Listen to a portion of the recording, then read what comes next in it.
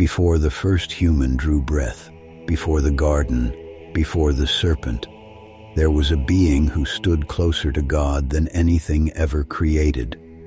He was not a demon. He was not a monster. He was the most beautiful of all the angels, a creature of pure light, shaped to stand at the very foot of the throne. The oldest texts call him the morning star, the bringer of light, the seal of perfection. He was given more beauty, more wisdom, and more power than any being in existence. And it was not enough. What he did next would split heaven in two, unleash something into our world that has never left, and hand mankind its oldest enemy. But here is the strange part. The name you know him by, Lucifer, appears nowhere in the story. Not once. Someone placed it there, centuries later. And what they were trying to cover up is far stranger than the name they gave him. To understand the fall, you have to understand what fell. There is a passage buried in the book of Ezekiel that most people never read. On the surface, it is a message to a human king, but halfway through, the words stop making sense for any man.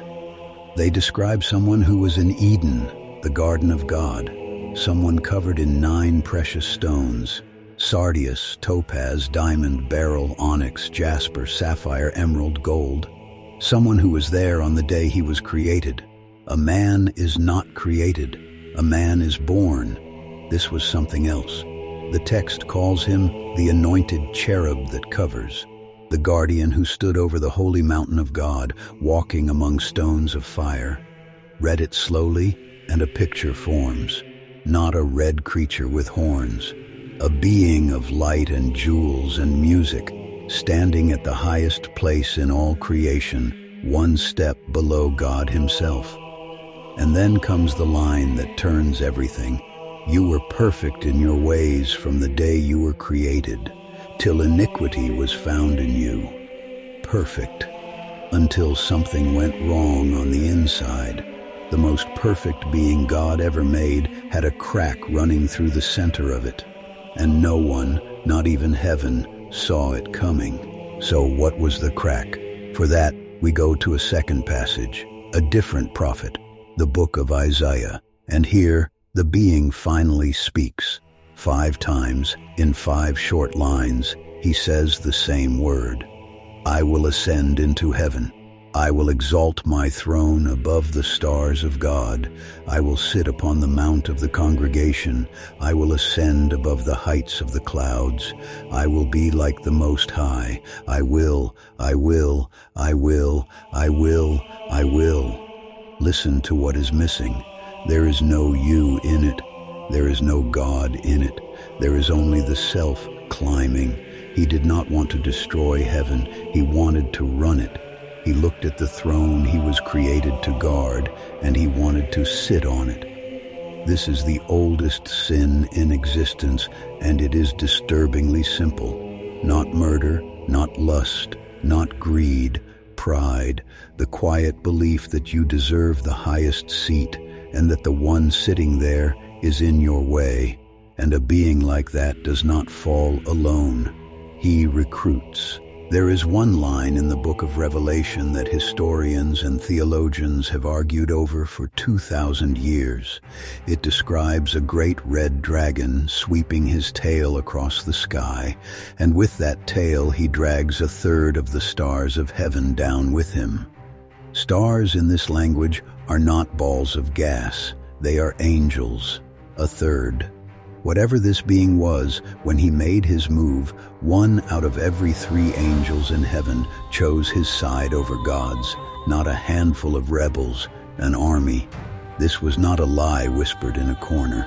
This was a case argued at the highest level of creation, convincing enough that millions of perfect immortal beings looked at their Creator and said, "No, we will follow him instead." And so, for the first and only time, heaven went to war with itself. On one side, the morning star and his 1/3 of the host. On the other, an archangel whose name is a question, Michael, which means, who is like God. That name was the whole argument. The rebel had said, "I will be like the Most High," and Michael's very name answered him. Who is like God? Two beliefs, one sky. Only one could remain. We are never given the blow-by-blow of the war. Maybe because a war between beings of pure spirit is not something human words can hold.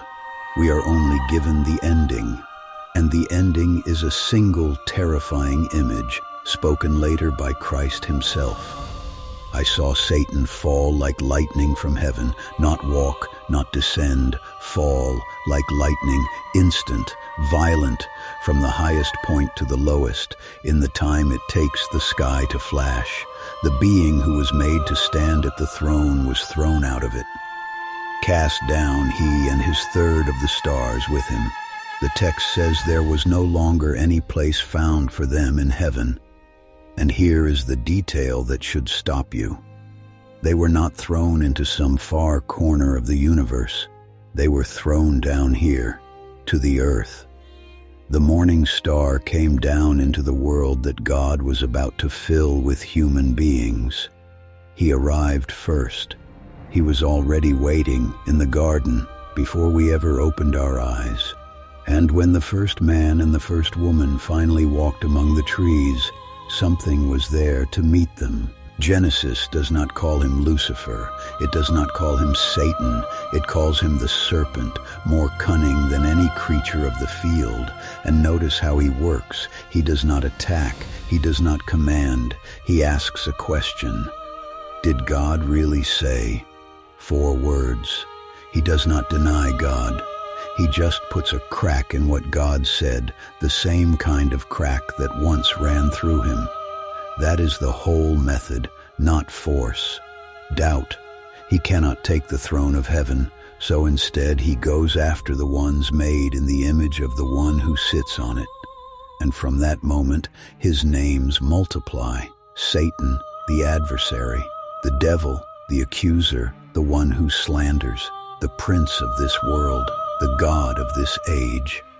He becomes the voice that whispers the same lie he told himself into every human ear. You do not need him. You can be like the Most High. You deserve the throne. The oldest enemy of mankind is not some foreign monster. He is a mirror. He offers us his own fall, dressed up as freedom. But we still have not answered the strangest question of all. If none of these texts ever call him Lucifer, where did the name come from? Go back to Isaiah, to the 5 I wills.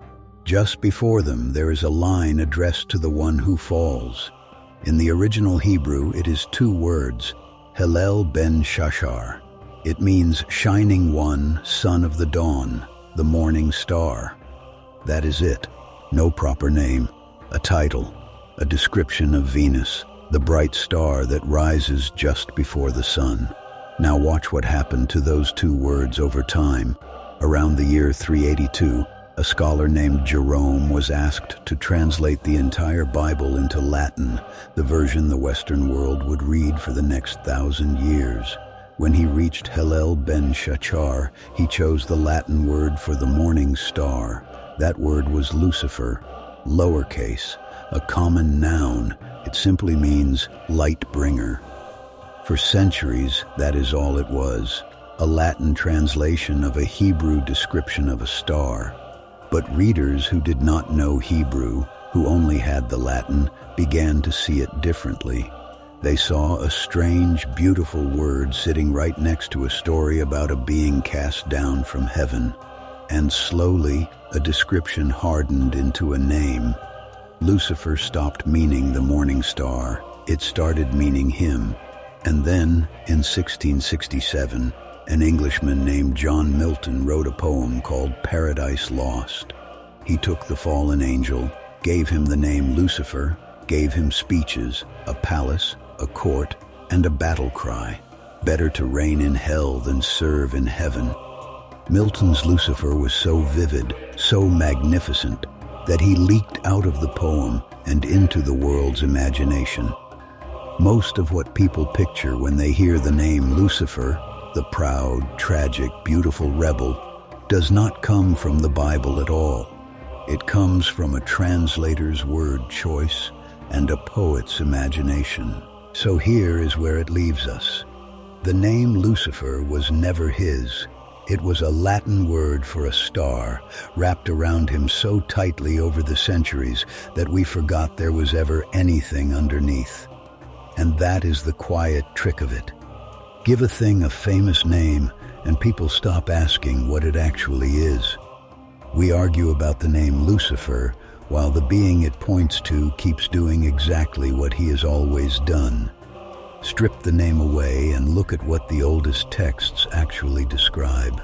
A perfect creature, closest to the throne, who looked at everything he was given and decided it was not enough, who wanted to be worshipped instead of to worship, who took a third of heaven with him when he fell, and who came down here to us and has been whispering the same 5 words ever since: I will.